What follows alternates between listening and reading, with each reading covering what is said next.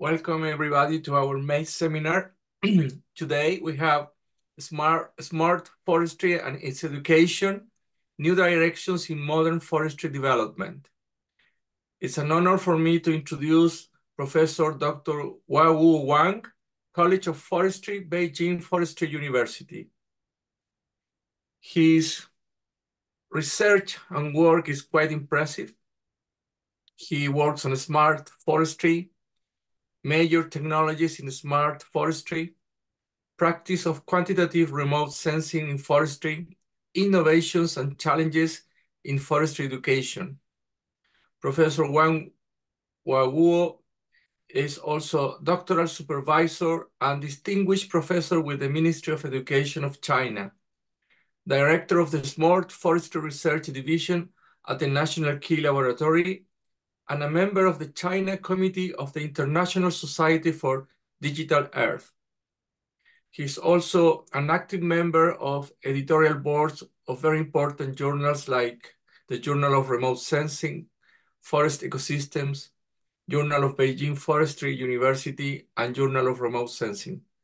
So welcome, Professor, and now you can share your screen and begins your presentation.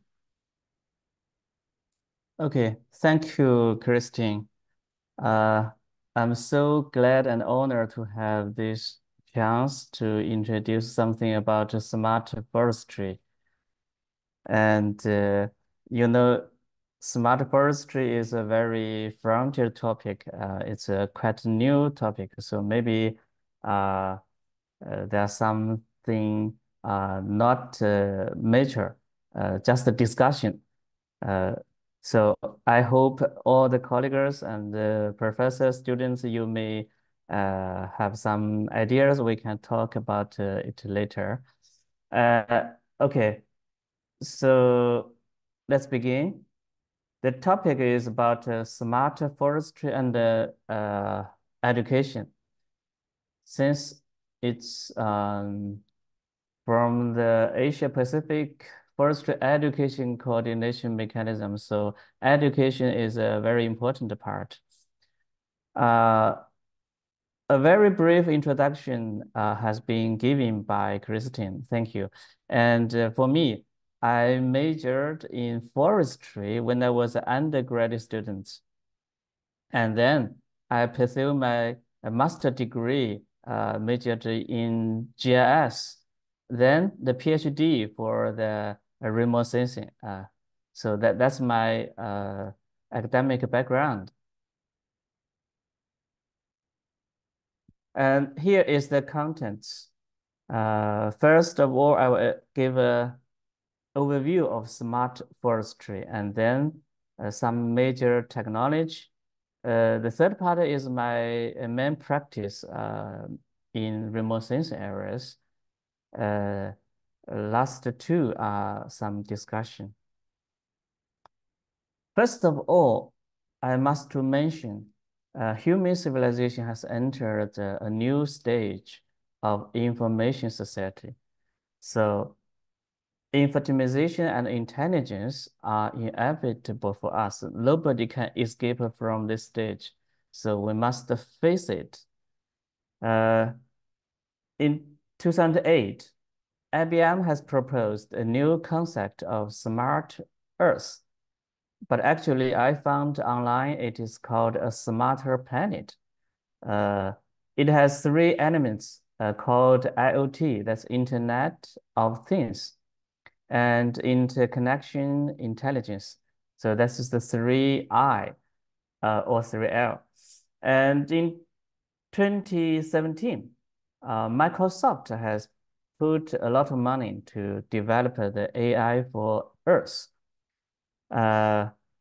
So AI or smart things has become popular in this year. But how about the smart forestry? I think it begins a little early, but it is still far behind the smart cities and the smart earth. Here is some pictures I found from the IBM. IBM created a smarter planet You can see it everywhere. And some icons, each icons show a smart area like smart energy, smart cities, or even smart food. So for Microsoft, it has a website called the AI for Earth.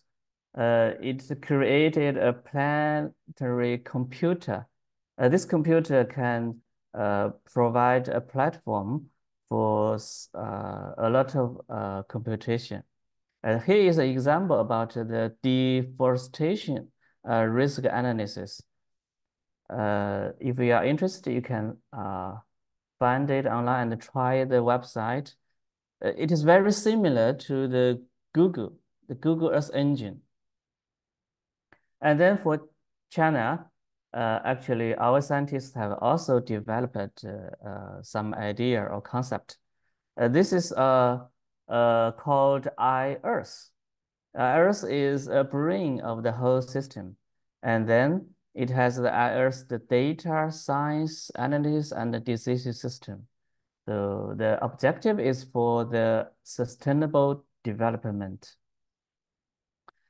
So how about the smart forestry? Actually, the concept has evolved from digital forestry to precision forestry and smart forestry.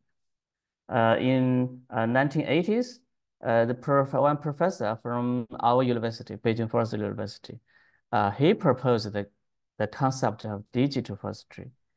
And then in 2013, our governor issued the guiding opinions on the development of smart forestry in China.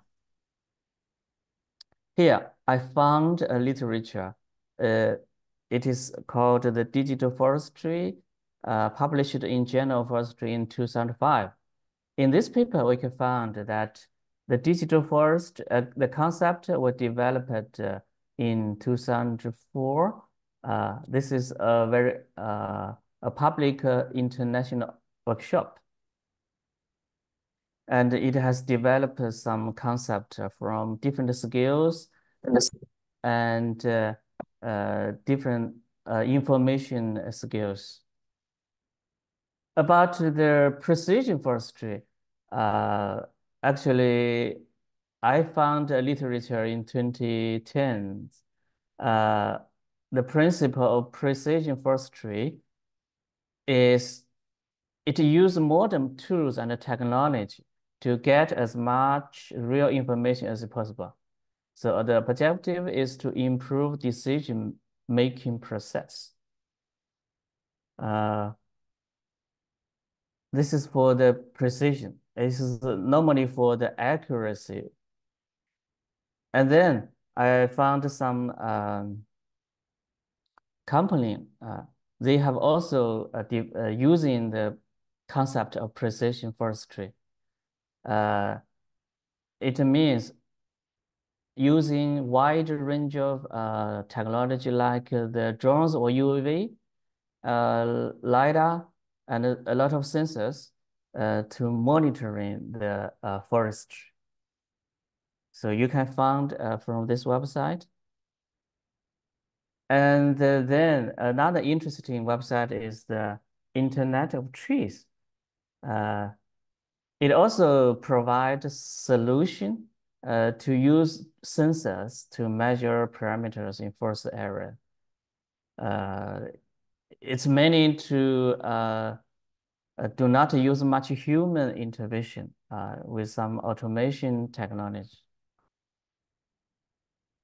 Then for the education, smart forestry, actually in 2017, the University of Quebec, it developed a monitoring network.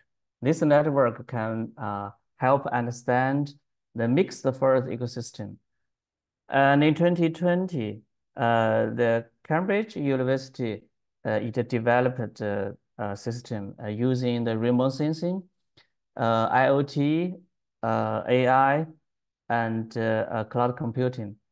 And also the Norwegian Institute of Bioeconomics, it also driving forestry into Industry 4.0. and increasing for groups by 20%.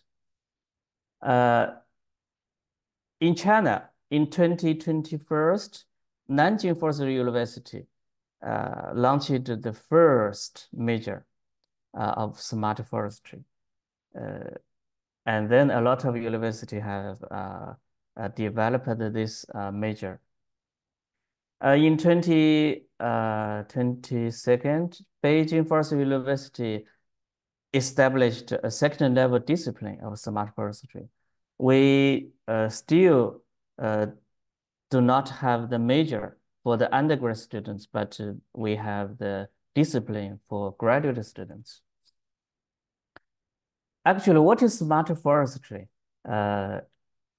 Indeed, we have no concept or definition accepted for all the people, but the official one from the government, it is has a definition, make full use of cloud computing, the IoT, mobile internet, big data, AI, and other information technology to build a new model. So we can use this concept. And then the Nanjing Forestry University, the Professor Cao Lin, he had published a paper. And we can see that phenotypic monitoring, the silviculture and forest fair wildlife are the four major content. And now I will turn to the major technology in smart forestry. As I has told you, no common concept for the smart forestry. So this map, this figure is only my opinion. For the smart forestry, it must has the smart infrastructure. We need to have WSN, that's wireless sensor network. And we will need the satellites, UAV, and even the airplane or the tower, this kinds of platform. This infrastructure is very important to load the sensors on. And then we can do the sensing and the computing.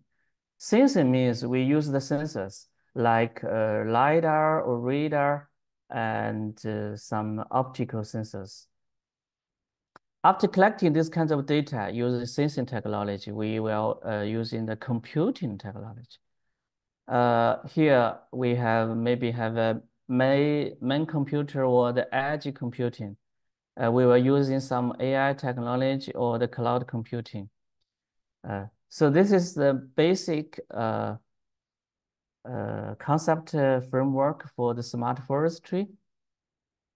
Actually, the major part of the technology will include, of course, computer and the internet. This is the basic things. And then we will have the GPS, remote sensing, UAV and GIS, and also some technology like big data, WSN, cloud computing, or mobile phone. So here are the major things, technology. And then typical applications for the smart forestry include the pest, the disease and pest, and also the fair, the wildfire, and also the carbon monitoring, biodiversity. This is normally we know. Besides this, we will using this technology to help breeding, smart breeding, or estimate the log volume or the tree volume. And some governments will use this technology to supervise some things. So after that, I will go into the major part of what I am doing. Actually, I studied the quantitative remote sensing. use this in forestry. So I called it QRSF. The history of remote sensing of forest can begin from very early years, but it normally use some airborne RGB images or the photos to classify or zoning. And then it uses some statistic software to estimate the volume to tell a value. Then the third age is the quantitative inversion. It can give some precise or give some values of volume or leaf area index or something else. And lately, the smart sensing has become more important. We will use some AI fusing technology. So the objective of the QRSF is try to provide some high quality services. It is not only for the management, but also for scientific research or the education. This is the theoretical framework. Actually, I graduated from the Chinese Academic of Science. I majored in quantitative remote sensing. So that's the left part.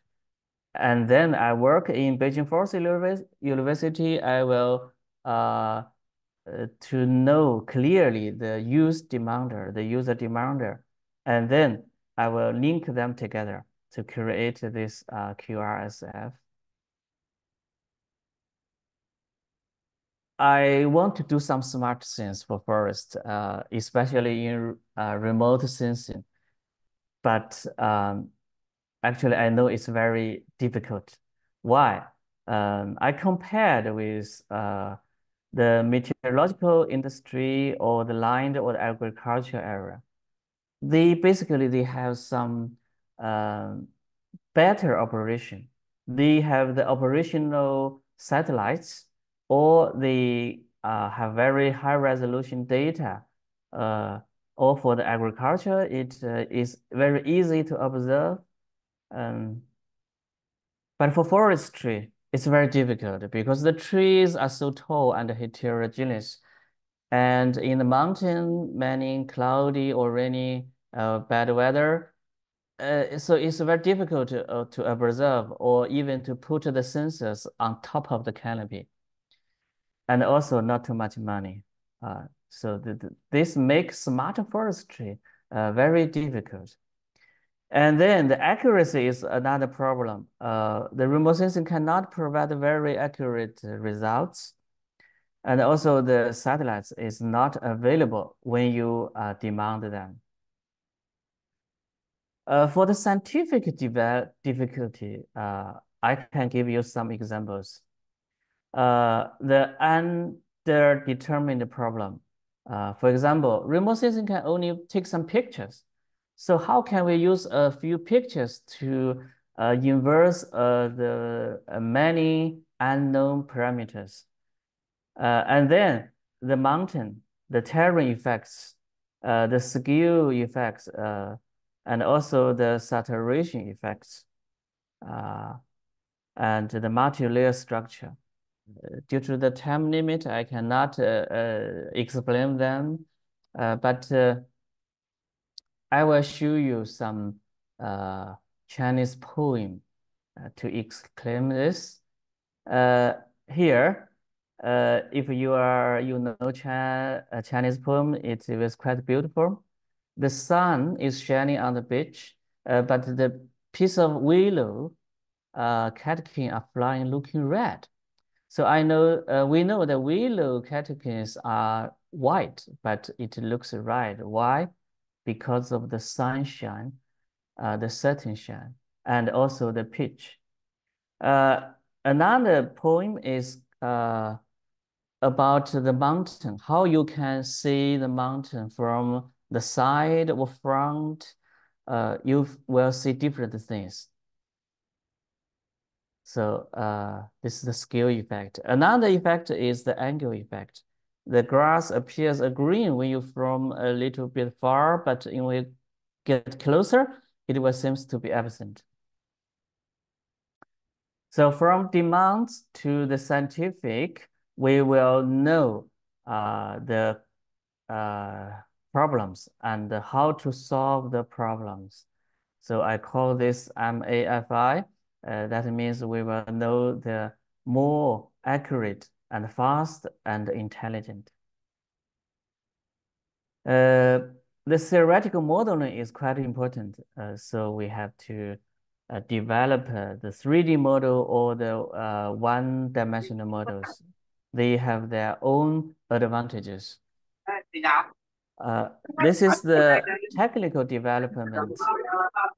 We will have the observation platform from the space to the airborne platform or even to the ground, the tower. And then we will have the 3D models to simulate a lot of things. Finally, we will using the AI driving models to serve real-time remote sensing to do some operational mapping. So this is our objective. Here is my quantitative modeling. This is a 3D model, and then this is the 1D models for the pest management. Here is for the real-time simulation. This model has been developed from 2004. Actually, in 2007, I developed the thermal band, then to the large scale version and to microwave band. Now, I have developed this to the real-time version. I create a very beautiful trees, realistic trees from deciduous conifer bamboo, and we do some simplification and use some unified scenes and unified models to simulate the satellite images. This is for the large scale simulation. This is for the branches to the objective is try to improve the accuracy. Here we have a software.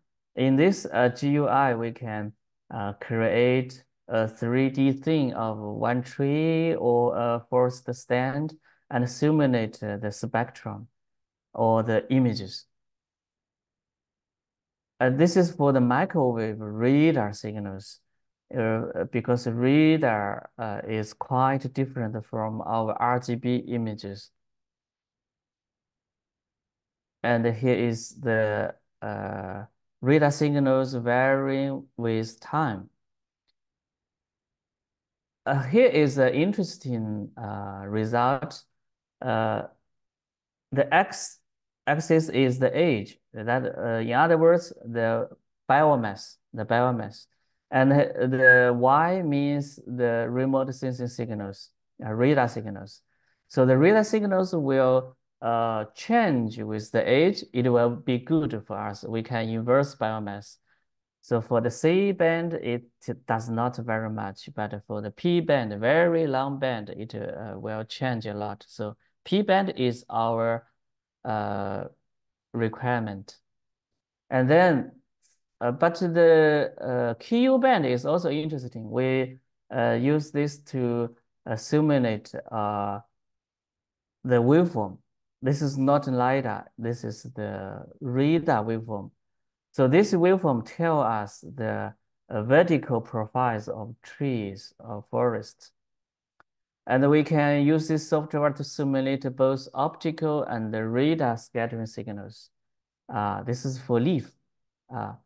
In the same GUI, you can simulate the leaf optical and the microwave or even thermal things. Here is some examples.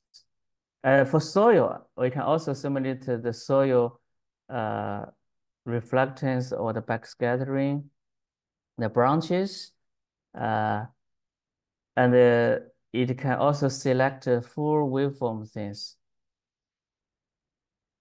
This is the 1D model. The 1D model means it will be run faster. So, and it maybe will easier to inverse. This is an example. We have some beetles. These beetles will attack the forest and make the leaf become red or yellow. So we'll use this model to develop this kinds of affection and simulate the reflectance. This reflectance will help us to inverse to the damage degree. And for the fluorescent, we also simulate the healthy leaves or the dead leaves. They will have different signatures. Even for the leaf, we will go details about the leaf structure. We'll go to the cell scales. The upper phase and the lower phase will have different reflectance. And then the real-time retracing model will simulate the LiDAR sensors from here. We have animation. We will simulate the UAV aboard the LiDAR. It will scan the forest. This kind of scanning will get the top of canopy information, but the bottom information, how to achieve this, we will try to simulate the sensors and the forest. So that means we will change the mode of the scanning, go faster. Yeah, we'll simulate this kinds of sensors on the ground. It will scan the forest. It will scan the DBH easier than the UAV. This kinds of information can combine together to measure the trees more accurate. Okay, and then we will link this kinds of information together. We open it in the software. This point cloud will help us to develop some algorithms. And then we'll have some practice and applications. Here, for the ground survey and for the inversion, quantitative inversion, and fair pest disease are our major content. This is for the leaf area index. We have some instrument. It may be much expensive. So we're thinking how maybe we can use our mobile phone, smartphones, equipped with lens. This is the hemisphere lens. We will catch the photos underground and use these photos to invest leaf area index. That means everybody will measure this data. And then we use some cheaper LiDAR sensors. This is the VLP16 lines LiDAR. We use this to scan the trunks. So each trunk will give some different signals. So we develop some algorithm to easily estimate the DBH and the basal areas. And this is for the leaf area index. We use this VLP LiDAR and to inverse the priority and the leaf area index. This is in the burned area. This is fair burned area. Also, we use some thermal cameras. These cameras to try to catch the leaf temperature or the branch temperature. This temperature will help us to validate the satellite temperatures. And then we also use some RGB images taken by the UAV. We segment these kinds of UAV images to get the corresponding point cloud. If we have this kind of cloud, we can classify them. So classify individual trees using deep learning method. And then to large areas, we use satellite images to inverse the coverage fraction or the forest tree height biomass. And then we also do some rocky desertification. We use the UV images to collect the fractions of these rocks and try to inverse them from the Landsat images. Then we try to use the mechanism models to simulate a lot of 3D scenes and the 2D images. Then we inverse the tree fractions from the 2D images. This is use some AI technology. And then we use the 3D models to simulate the Yunnan pine, the forest scenes. The red means it has been attacked by the beetles. So these kinds of disturbed forest stands, we can use the UAV, can use the 3D models to inverse them. In optical regions, we can direct inverse the dieback rate. And for the radar images, we can also use the backscattering coefficient and also the interference coefficient to inverse the different degree of healthy. Thermal images are also used. This is the cover story of a journal. You can see the red one may have a higher temperature. And we use the UV to take the thermal images. This is the plot areas. So higher temperature will have a high, maybe it will have the suspected affected pest. And for the single tree dieback rate, we use the UAV collected LiDAR point cloud and 3D models. Also, we simulated the future sensors. It does not exist now, but in the future, it maybe have some hyperstructure LiDAR sensors. So we simulate if it can inverse the tree damage by the disease. For the forest fire, we linked the optical images and the thermal and the microwave. The interesting thing is that here is the optical images. We see the smoking here, but in the radar images, we can penetrate the smoke and see the burned areas. Another thing is the line change detection. Use some deep learning method, and we're also supporting the anti-poverty, try to detect the change by human. Finally, we do some biomass estimation. This is for the Huaguo River. We use some remote sensing and GIS to analyze the distribution of biomass.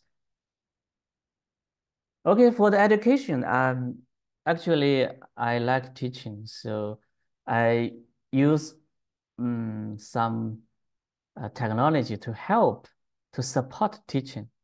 This is in 2020. I use the Blender software to create a lot of animation, a lot of videos. This video will tell the students how the remote sensing works. I'll give some examples. This one is tell the students how the terrain will change the shadows, will change the satellite images. So it will have a good visualization. Students will make it easier to understand. And this one is to help students understand how retracing works. So this is a photon.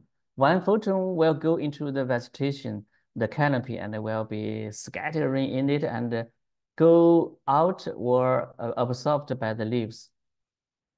This one is for the laser scanning. Oh, it doesn't work. This one for the for the airborne LiDAR sensors. Okay. The fourth part for the education. Actually, more university in China has offered the major of smart forestry.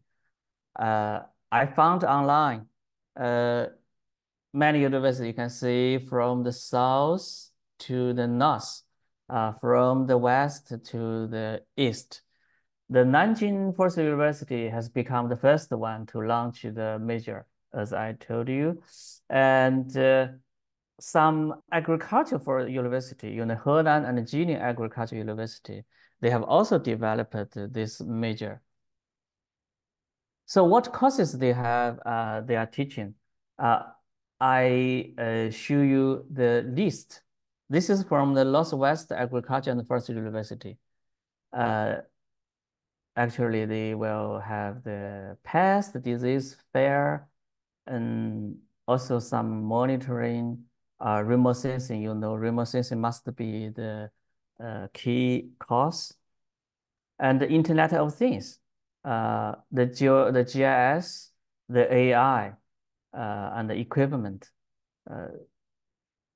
So how about the Jilin Agriculture University? You can see they have the precision, cultivation and management, and intelligent design about breeding. They will focus on breeding. Also the disaster. For the computer science and technology, they will also learn these kinds of courses. They will learn Python to do some programming and IoT and big data monitoring. For the Fujian University, Agricultural University, they will have some basic courses. Bonneting, soil, okay. But for the core courses, the GIS, remote sensing, big data, they also passed. Okay, so this was special. Forestry carbon sink and project design. So how to teach better? Actually, we can use some online education resources or some practical training. And the internet education, just like us, what we are doing. In the field, we may use some LiDAR sensors. Here is an example in Australia. They use the LiDAR sensors to scan in the forest and tell the students how to measure the trees. And this is for our Beijing Forestry University. Our young teachers from other university, they don't know too much about forestry. So we will lead them go into the forestry, go to the field from the south to the north.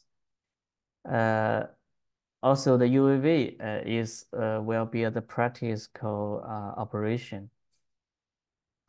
Actually, the education is a little bit far from industry. So I found some companies, they have also developed the smart forestry system. They have already invented using some technology in forest fire, disease, or the biodiversity, a lot of things. So I know the gaps. This is from the China Tower. China Tower has a lot of resources of the tower. Many sensors will be on board the tower to take pictures or take some thermal images of the fair, the wild animals, or the cutting. This is from the Ellipse Space. This is a company. They have developed the smart forestry, will give the real-time monitoring. But actually, they will mainly use the satellite. They will launch a lot of satellites. Okay, since the time is limited, I will give very quick review for this. Here, the conclusion and outlook. The inevitable and the key directions, I think, is should be for the smart forestry. This will be available for the modern forest development, and then we will make full use of this technology and use some innovation to improve the quality of management. But the limitation, my focus is on limitation. The education of smart forestry is just the beginning. It's very young. And then I found the gaps between education, research, and industry. For example, the major is very young. It is only for 3 or 4 years. But how about the jobs? How about the market for the students to find? We don't know. And whether the industry will accept these kinds of students is also a question. And then the AI role is more important. So the AI is changing our research education. For example, the research, we will have the AI for science. This is very hot recently. This is an example from the University of Canada. And then for education, education is also, the AI is shaping the future of learning. We have entered education, the level 4. So how AI can help education? Actually, it can support the teachers, and it also help the students as well. It can support, can give the personalized learning. So we must adapt to this new stage. Okay, that's all. Thank you for listening and the question. Thank you. Thank you, Professor.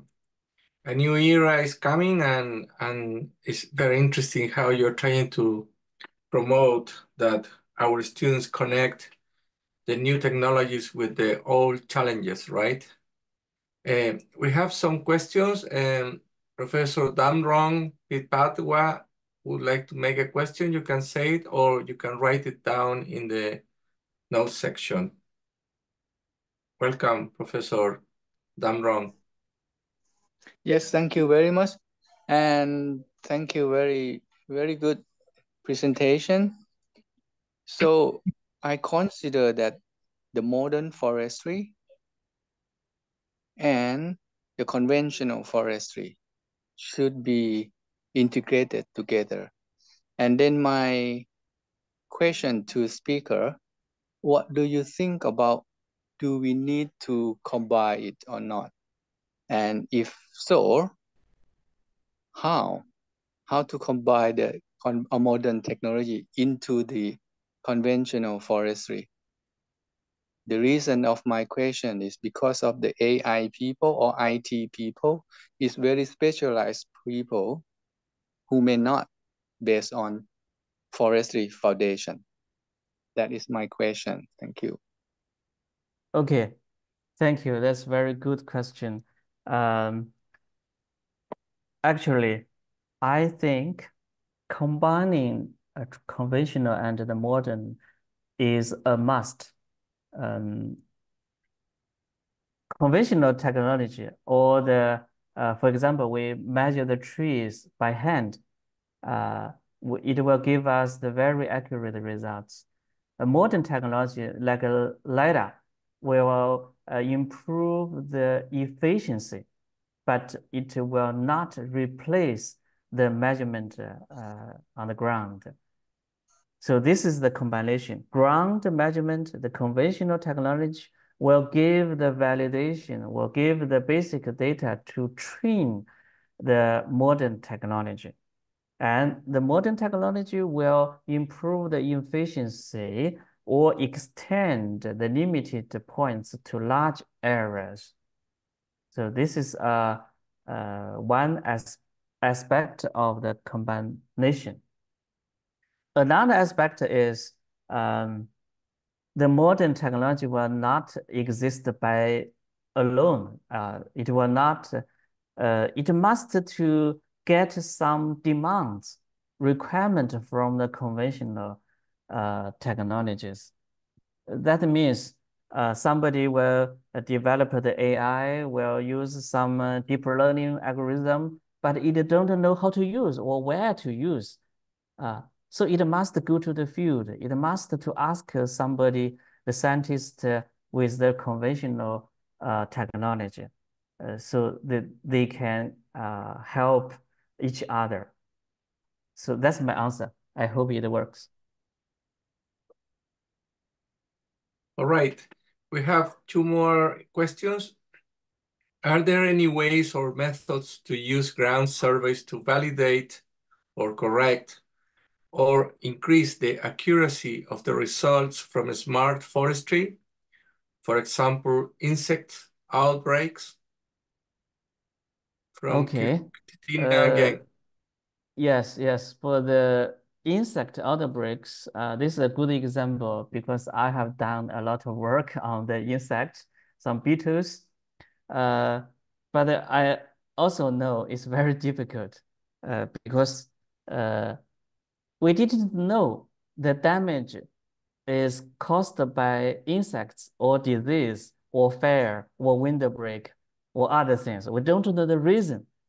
Remote sensing can only see the results, can see what happened, but it didn't know the reason. So the ground survey will help to know what happens, to help know the reasons. So this is quite similar with the first question. But how to validate or increase the accuracy? I think we can use some IoT technologies, that Internet of Things. For example, we can install some equipment on the trunk. In this trunk, we'll steam some needles into the trunk. It will measure the sap flow or collect the information of the water or the nutrition transport within the trunk. By this information, we may detect the beetles or the wood-boring beetles attacking. This is very difficult for us. But for the leaf-eating insects, it will be easier. The leaf will fall. We can collect the leaf on ground, use some equipment. So I think the modern technologies will help the ground service. So this is my, it's maybe not maybe not sufficient for you, but we can discuss it later. It could be. Thank you. Okay, another question from PM says, how expensive dollars per hectare is to develop a basic smart forestry monitoring system? And I would like to add to that question, what kind of sensors or equipment you consider the very basic for a smart forestry monitoring program? What is the cost per hectare, and what are the key sensors that you would use to say this is a smart forestry monitoring program? Well, this is quite a practical question. In fact, I found some companies, they have developed some smart monitoring system. For example, I just give some examples. They have developed equipment. This equipment will collect the insects and trap the insects, automatically identify which insects are. This is a quite automatic equipment. It will cost about 10,000 yuan in China. Okay, 10,000 yuan, maybe 1,000 euro per yuan. Okay, this is just for one point. And then we still need the UAV. You can buy a UAV and a LiDAR sensor. This will cost around the 10,000 yuan. And for the remote sensing, for satellite images, you will not buy some equipment. You just buy the images. So it maybe depend on your use, on your areas. So a basic, I don't know what it means, a basic smart forestry. It will, according to your demands. If you will monitoring the insect, okay, it's a topic. If you will monitoring the growth to capture the volume, this is another topic. So I think the basic smart forestry will depending on your requirement. But at least I think it's not very cheap. It will be expensive. In the future, it will become more and more practical for us. I think it is still a little bit far from the practical operational application. Okay. Another question from Anka Awal Sembada. Thank you for your insightful presentation. Is it important in a small forestry to consider the interaction of canopies and pollution deposition on the canopy, since some forests are prone to pollution from nearby industrial activities? Okay, that's a very new idea for us. For the pollution, I think we have considered this because we have studied the relationship between the dust on the leaves. We use the remote sensing technology to inverse the dust information and relate the dust to the PM 2.5. So I think it is quite a similar topic about the pollution deposition. But actually, for further studies, we did not do that. But for our 3D models, our models can simulate them. If it have a very clear mechanism, how this pollution affect the spectrum. If we have this, we can use the reflectance to inverse the pollution. That's my answer. Okay. Well, I don't see any more questions in the chat section. So people are really happy and impressed of your excellent work and insights in the new developments of artificial intelligence, Internet of Things, and communication that opens new opportunities for the forestry sector and for the environmental monitoring of so many variables that we need to understand to take the right decisions. I assume that artificial intelligence is going to play a major role on forest management as well, and droughts and other catastrophes that are looming on many forests around the world. Well, thank you, Professor Huaguo Huang, for your talk. Thank you, everybody who connected in Zoom and YouTube.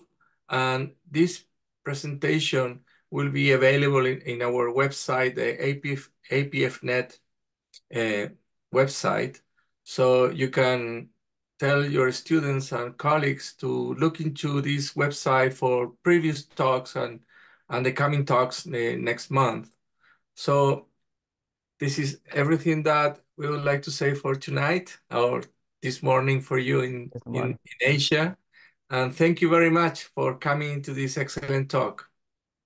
Thank you, thank you. And if you have any Thank you, everybody. questions, please send the email to me. We may discuss about it deeper. Okay. Thank you, thank you, thank you, Christine. Thank you all. Bye-bye. Bye bye. Bye then.